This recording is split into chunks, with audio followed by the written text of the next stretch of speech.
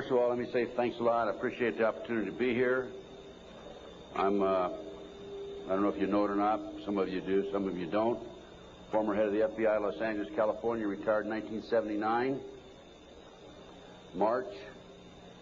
And shortly after my retirement, I was asked to investigate the Jeffrey R. MacDonald case as a private investigator.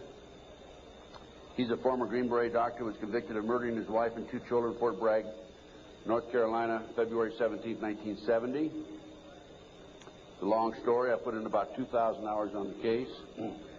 When the case first began, my investigation first began, I told Dr. MacDonald that I would investigate the matter for him. He had just been convicted and was sentenced to 3 consecutive life sentences. I think I'm going to sneeze. I didn't make it. Okay. 3 consecutive life sentences. I told him if I found out that he was guilty, I would no longer be on the case. I would drop my investigation.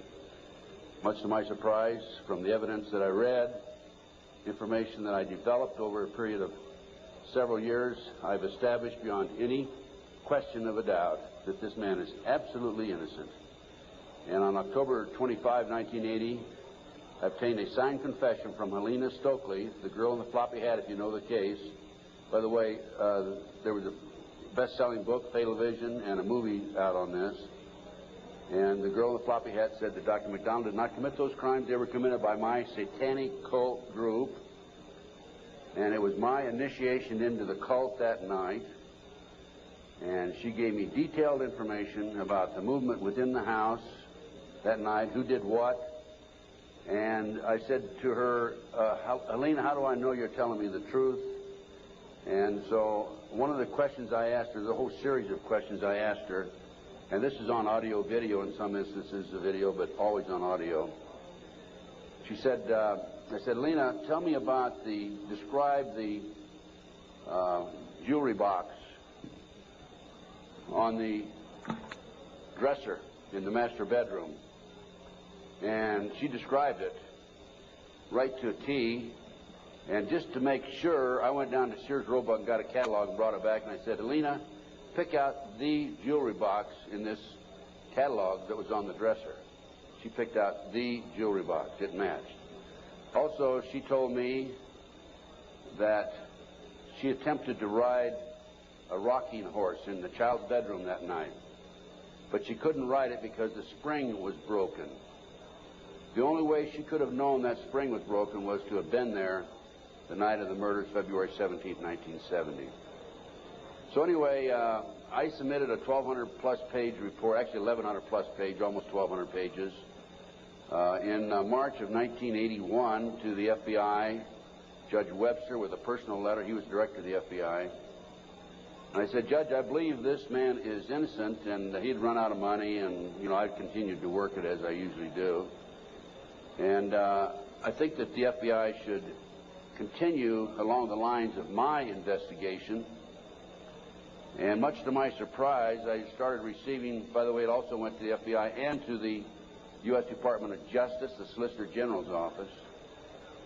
And much to my surprise, my witnesses, my 19 new witnesses, including Helena Stokely, started calling me and saying, hey, Ted, the FBI has interviewed me. They're trying to get me to recant.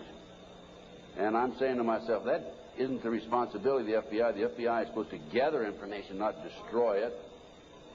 And that was my first clue that we had a serious problem in that case.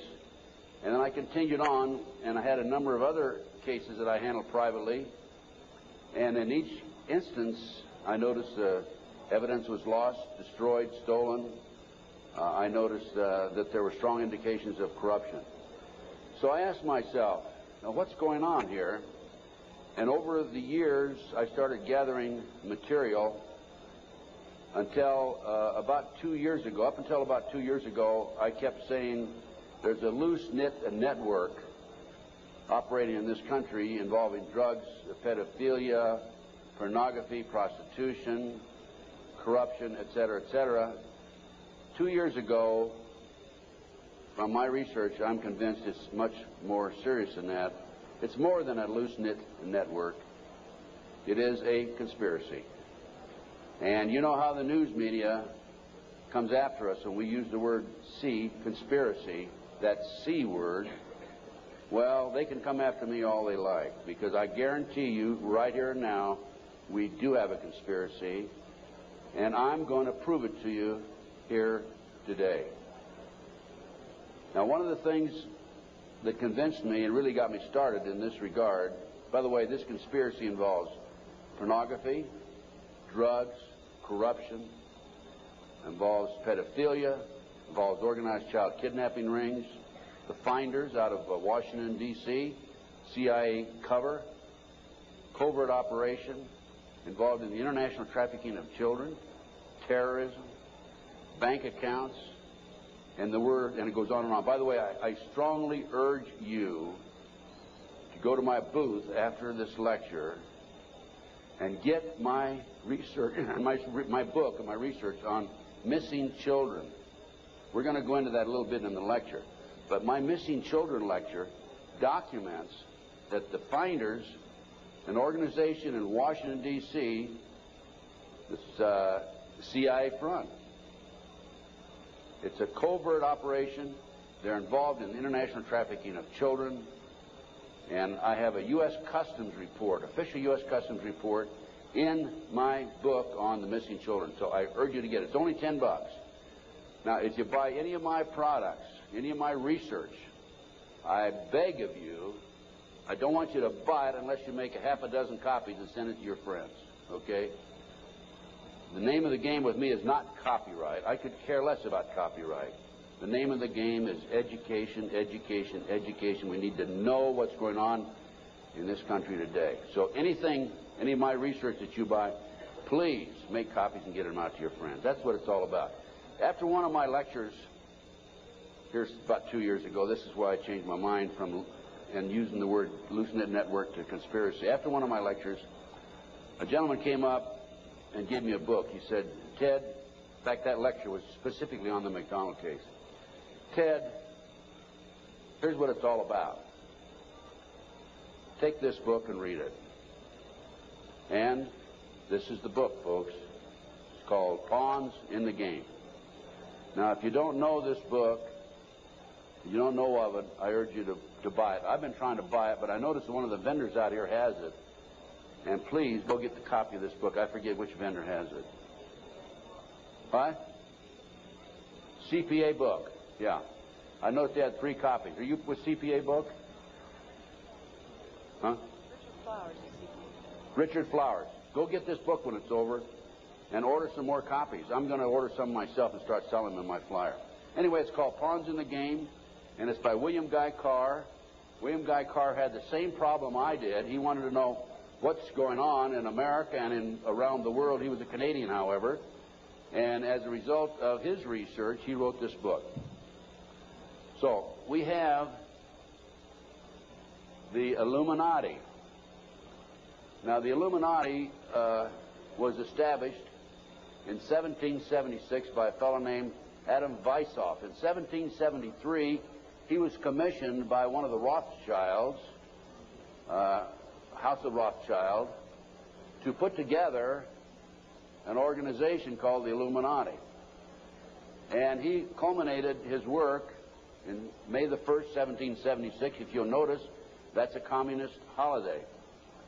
And we're going to have to move along pretty fast. This is actually a 4-hour lecture I'm going to give you today. We're going to do it in probably an hour and 15, 20 minutes. But some of his goals, and the goals that he was commissioned to set up, there were 25 of them. And here they are right here. Here's the beginning of it right here. And rather than read each one of them, I'm going to summarize it, okay, because we got a lot of work to get into.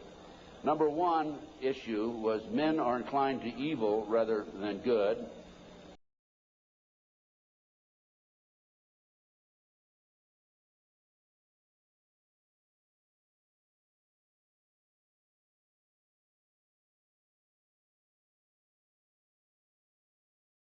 Number 2 goal and issue was to preach liberalism.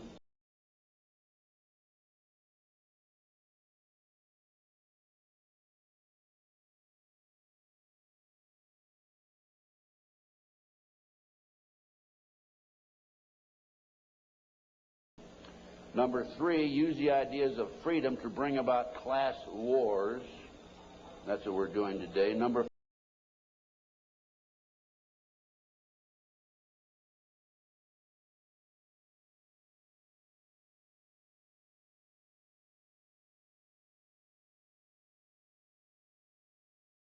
4, any and all means should be used to reach our goals as they are justified. Any and all means.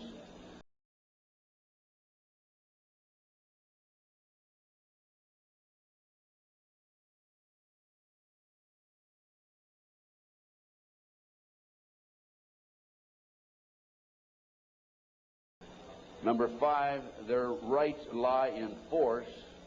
We're talking about the Illuminati rights lie in force.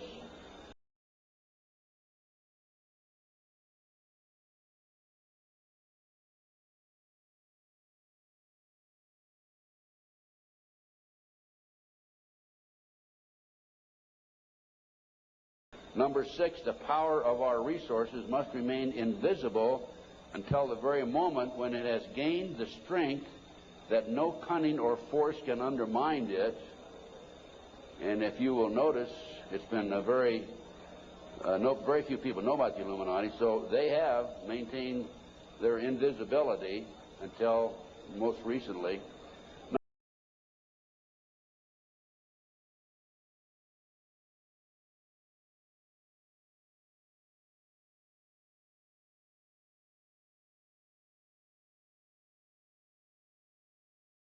Number 7, advocated mob psychology to obtain control of the masses.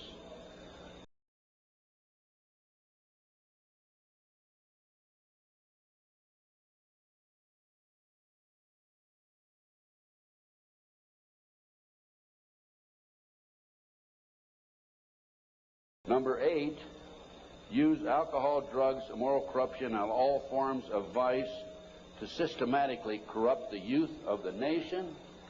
I mean, I don't need to document that one. How about South Central L.A., CIA drug operations coming in there? How about Mena, Arkansas? Drugs coming into this country. Arms and munitions going out. If you don't believe me, talk to Terry Reid, talk to Chip Tatum, talk to some of these other individuals who I personally know. During the recent, last fall actually, drug hearings by Mr. Arlen Specter, Senator Arlen Specter, one of the big phonies of Washington, D.C., the magic bullet theorist. I watched those hearings, and I couldn't believe the mamby-pamby, weak witnesses he brought forward, people that really had no direct knowledge of the drug operation. And that hearing was about bringing drugs into South Central L.A. by the CIA.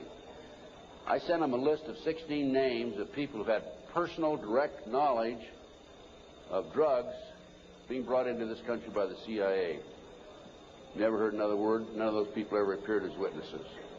I might also mention in Oklahoma City, I sent my report, copied my report back to the committee. I sent them a fax and said I had information which would be vital to your investigation of the Oklahoma City bombing. That report, by the way, is also available to you. I urge you to buy it. Never received a response.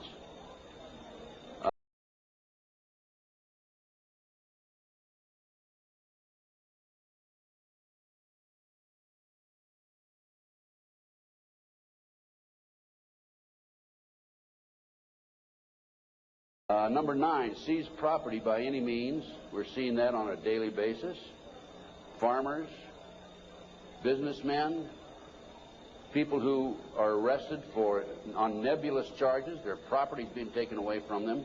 Here's an example right here. This lady right here, she lost everything. Everything. They've come out and raided her house twice, Linda. Twice, Linda. This lady had a house that she bought before her marriage. It was in her name, and they seized it. She no longer has that house.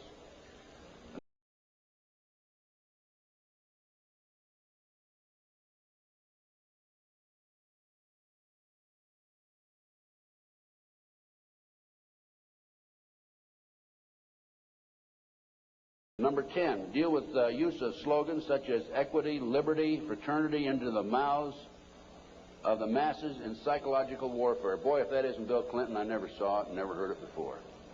That man is unbelievable. As former Congressman Dennemeyer describes him, he's a draft-dodging, womanizing, pathological liar, and he certainly fits into item number 10.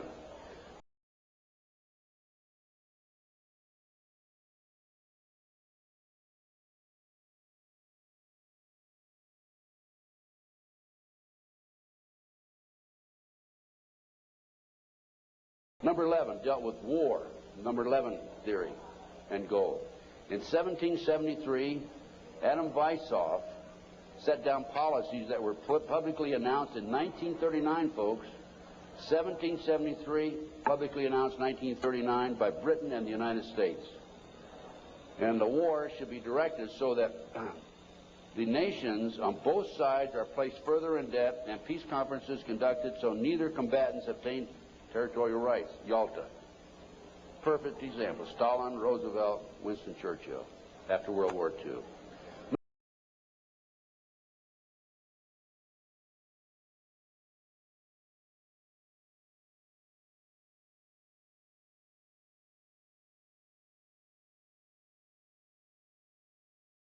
Number 12 told those present that they must use their wealth to have candidates chosen to public office who would be obedient to their demands and would be used as pawns in the game by the men behind the scenes.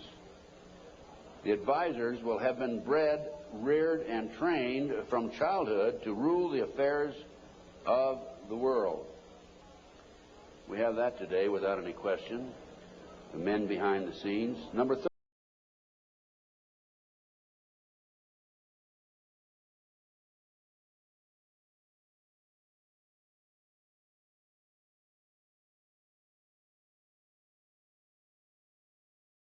13, control the press.